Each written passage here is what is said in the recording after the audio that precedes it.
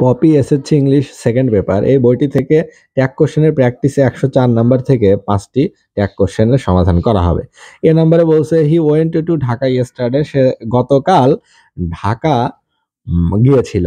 তাহলে এর ট্যাগ হবে ডিডেন্ট হি। বি নাম্বারে বলছে আই ক্যান ডু ইট, আমি এটা করতে পারি। এটা ট্যাগ হবে don't I, sorry don't I না, এই যে ক্যান আছে যে, তাহলে Kant I can do it, এর ট্যাগ হবে কান্ট আই, কারণ এই যে ডু যে মেইন ভার্ব, তাহলে ক্যানই হলো অক্সিলারি ভার্ব, ক্যান দিয়ে করতে হবে, কান্ট আই। সি নাম্বারে বলছে লেট আস ডু সামথিং, চলো কিছু করি, তাহলে এটা একটা প্রস্তাব, লেট আস বা লেটস থাকলে সবসময় ট্যাগ করতে হয় শ্যাল উই দিয়ে।